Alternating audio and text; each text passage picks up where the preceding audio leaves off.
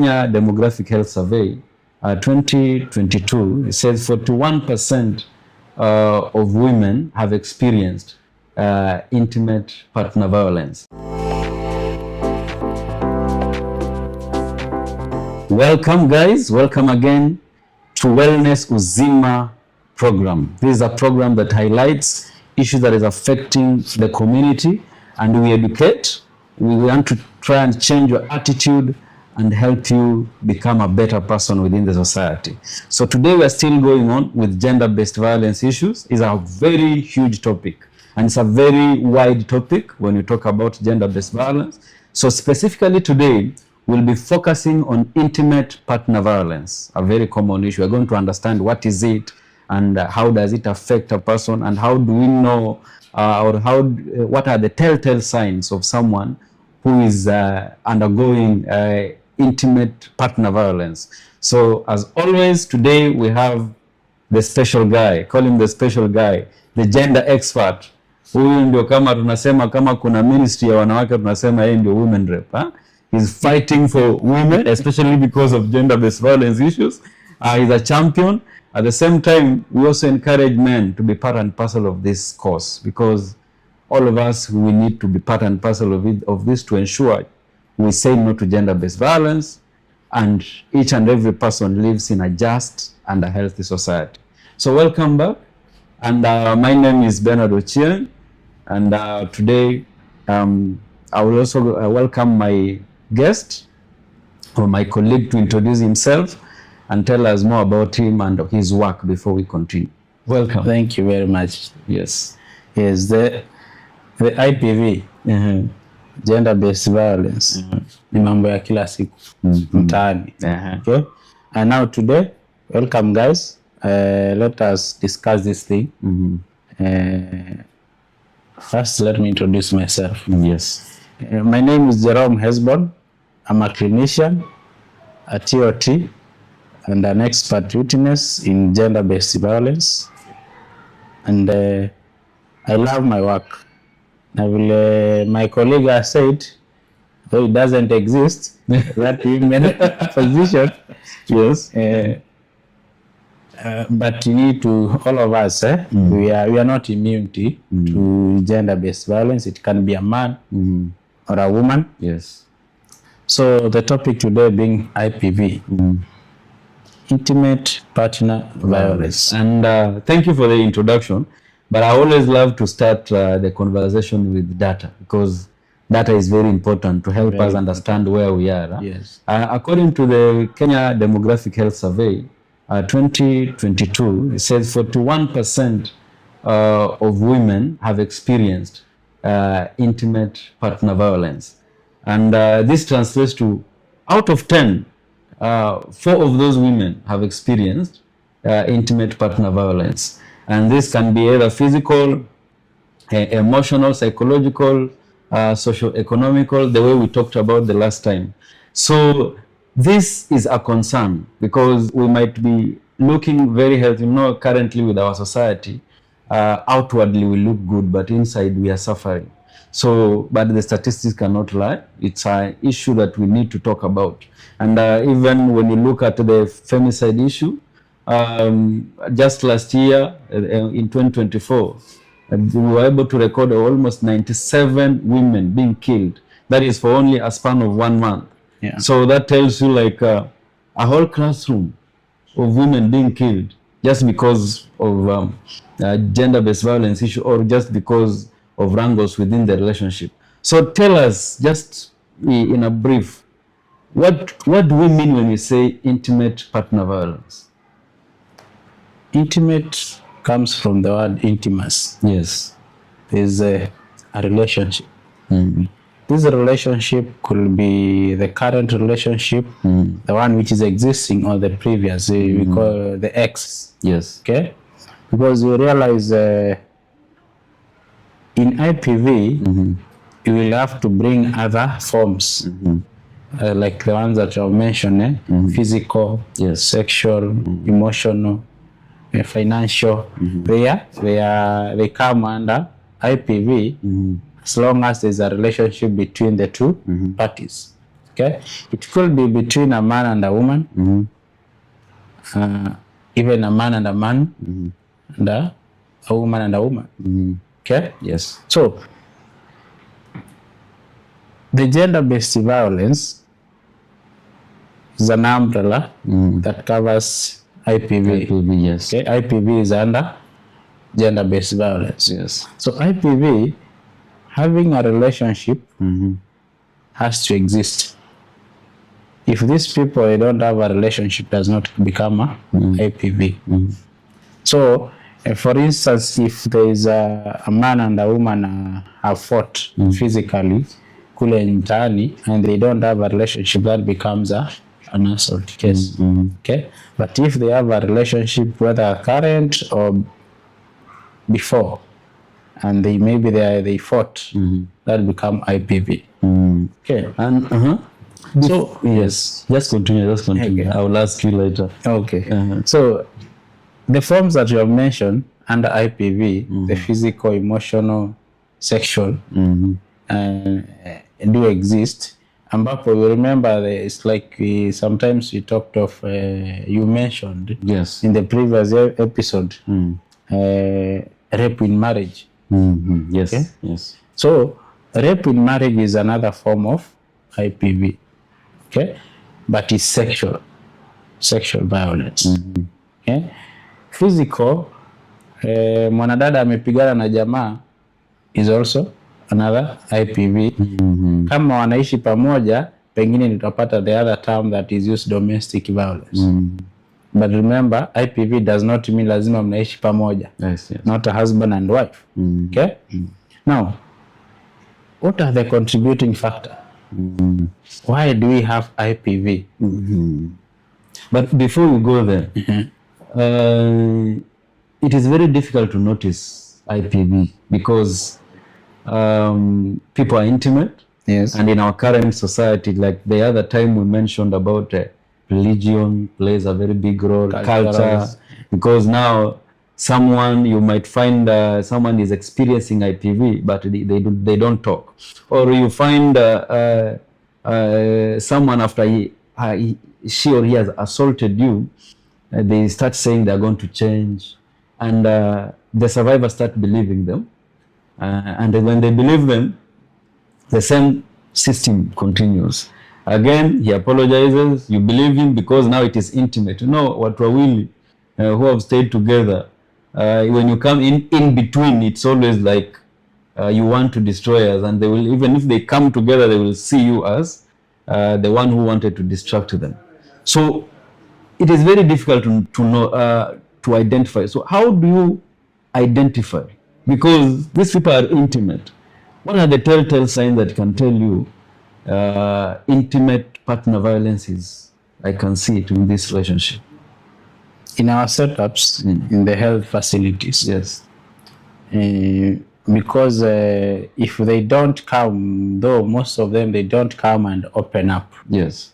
They can come to seek services as any other condition. Okay, so for the health facilities, there is a way we are trained to screen for IPV. IPV needs to be screened. There are questions that you can ask this client who has come to the hospital, and there are some things that you can see by yourself. Okay, physically, you can imagine a mother comes to the facility and is complaining of a knee pain.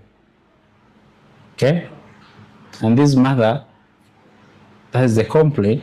You want to look whether there was any injury that caused that pain, what was the cause, but she's not coming out clearly. Okay, you can manage that case depending on your examination, and that mother might come the following week with another complaint. Maybe amefura uso. Okay. Now, you see, when she's coming every now and then with complaint of soft tissue injuries, which are not that you can identify the exact cause, you'll have to start asking yourself some questions. Why? Okay? Now, you'll have to take your time with this client so that you try to encourage her and educate her, give her information so that she is able to open up. And you'll realize they'll open up, and now that's when they start giving their stories. Okay? Why is it difficult? And that's why the screening is there and how to identify this IPV. From the cultural part, there's a way that is kind of women can be beaten. Okay? And there are some men who still believe that, and there are some other discussion you realize women are saying, if my husband is not beating me, does not love me. Okay? The issue of economic problem. This is a man who supports this family fully. Now, the woman will be beaten. She has nowhere to go. You can imagine a lady who comes from a very poor background, where she comes from, or she's an orphan, and now here is a man who is well off, treating her well, but physically abusing her, beating her. Now, you've mentioned a very horrific example, especially of physical violence. Yes. We have, you also talked about the sexual violence. Now, there's this hidden violence that is very hard to notice, and some of the, especially the emotional one or the psychological one. I want to give you some statement from the community, which you will classify them if they fit to be intimate partner violence, especially the emotional, the psychological part of it. One, you get into a house and you're asking a question, but the woman or the wife does not say anything. She says, I cannot say anything that I've not been authorized by my husband. So you have to ask my husband first. So is there any form of violence there? That is one. Two, being controlled. You as a man, you control your woman. She wants to dress like this, but you say you must dress like this, you must do like this, you must do like this. Is that, does it qualify to be part of intimate partner violence? Just give me, with those two examples, just tell me, where do they fit?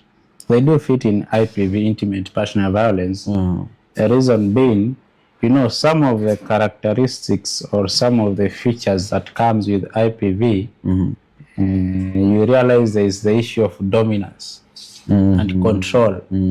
Okay? You want to control your woman. She cannot make a independent decision, or she cannot say anything unless you give her permission. Okay? In case even it's something that is helpful at that particular time, you can imagine maybe there's a power, faulty power outside your house.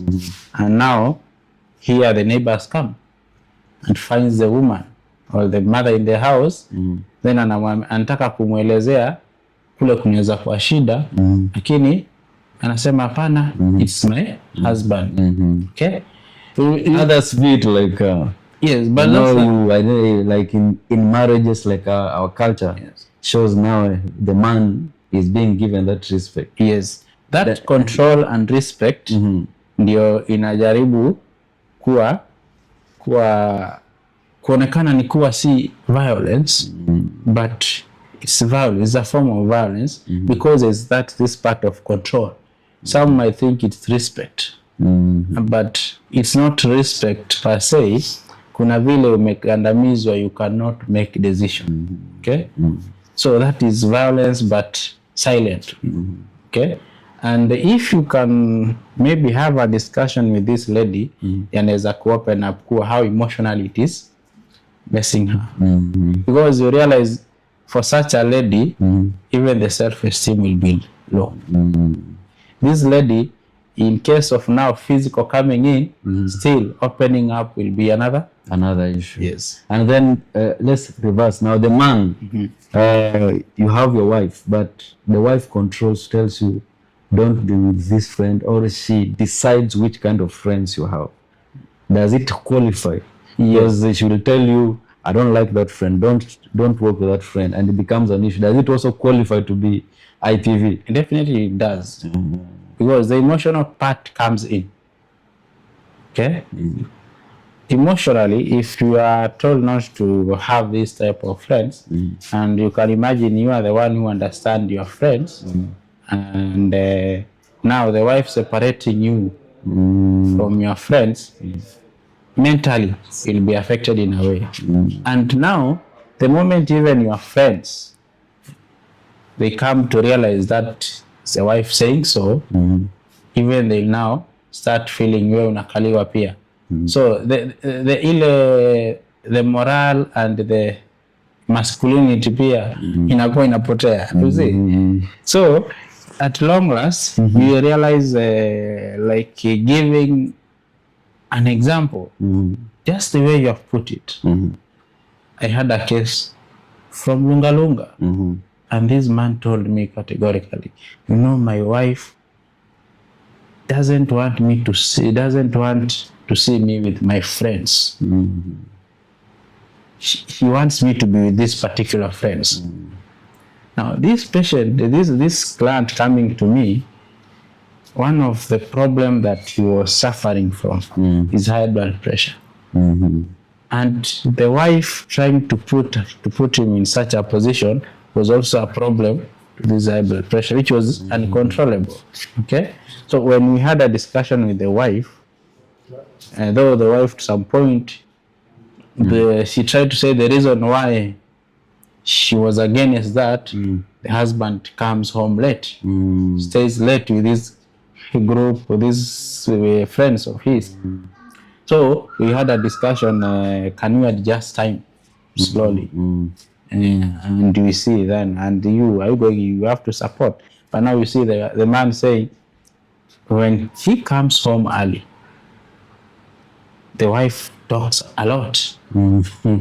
So he wants to keep time there with his friends. Then when he comes home, the wife is tired. But now that pressure from the wife, insisting no, mpaka inabidi amwambie, because he has 2 homes, Lunga and in Mombasa.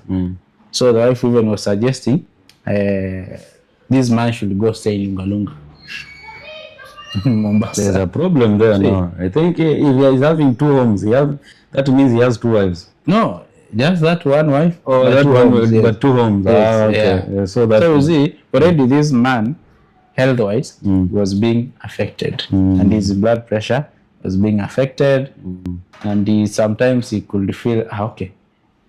Even why should I take this blood pressure? Kwa sababu sasa when unazidi kuipandisha. So at some point you can imagine, he felt like if my wife will stop from telling me, pushing me to stop having good time with my friends, hii pressure itarudi sawa. Okay. From the whole discussion I can feel most of, even this data is very low, because most of the relationships, people are being controlled in the name of love. Yes. Because you're being controlled, you're being told, don't do this, don't do this. So you lose your own self in the name of, I'm in this relationship, I'm in this marriage, I don't want to move out. How will the society view me?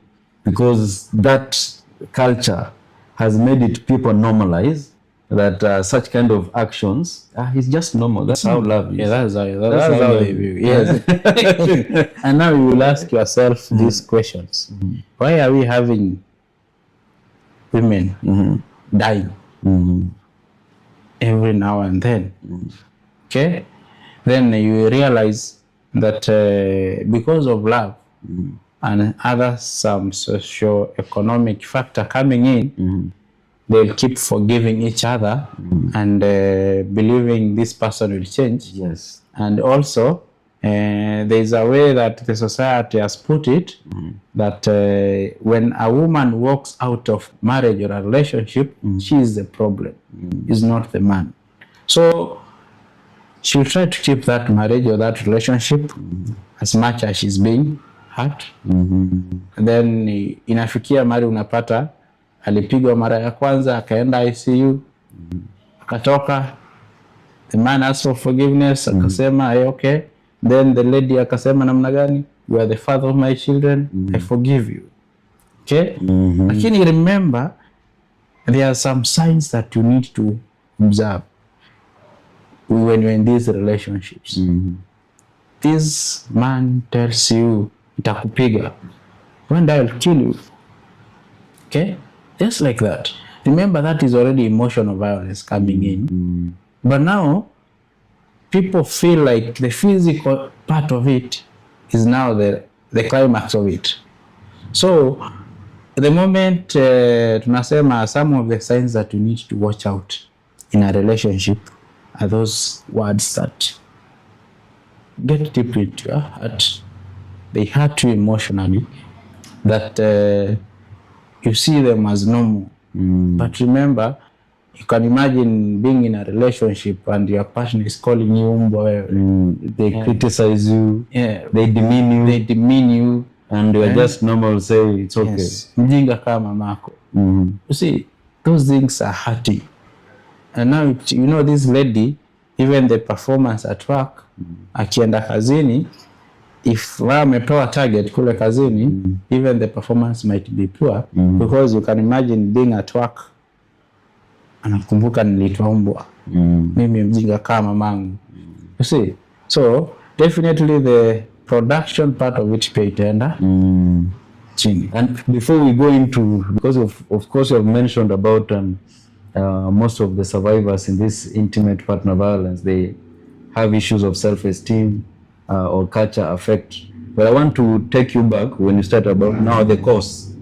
What are the root cause? I don't know how sound it.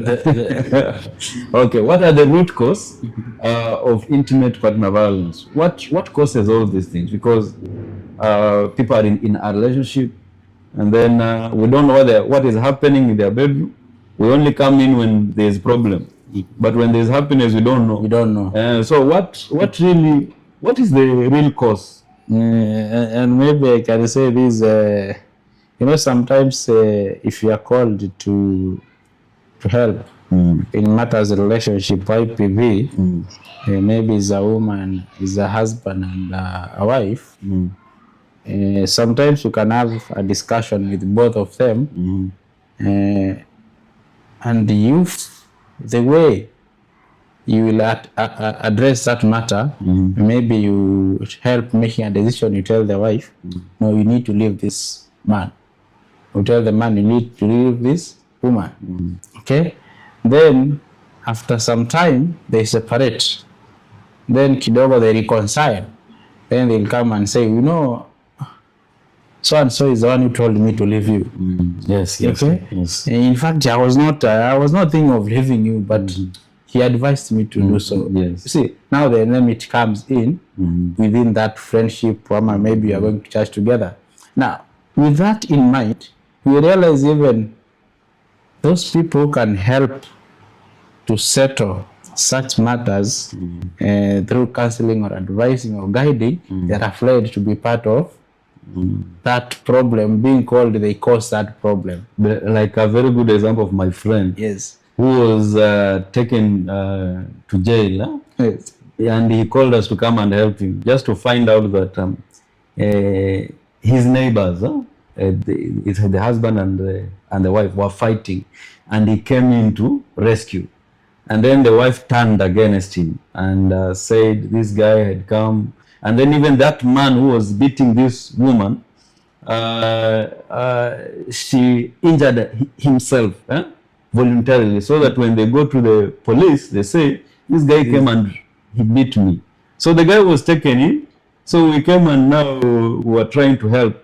But now what stuck in his mind was, now, of course I'm a champion, I'm trying to help. But now look where I've ended up. And how do you come in to protect these people who are championing, who are trying to ensure if there are those cases of violence, they come in to help, but without being victimized or without being taken to jail, for example, like this friend of mine, and they still feel comfortable? Because if I'm taken to jail for reporting a certain case, next time I will not come out. I will just say, hizo ni mambo zao, wacha waendelee. Tumezoea kuona wakichapana hivyo. You know, we need to be proactive. Yes. And we need to be human at first, you see. Isikue when things have gone worse, that's when you are typing rest in peace. Yeah, yes. That's when you come with sifa nzuri nzuri kusema alikuwa nini, kisha unasema rest in peace, kisha mwanze kutokezea kwanza kuandamana, haki yetu, justice needs to be served, you know, what happens in the street. Yet majority are not ready to come out and support these people.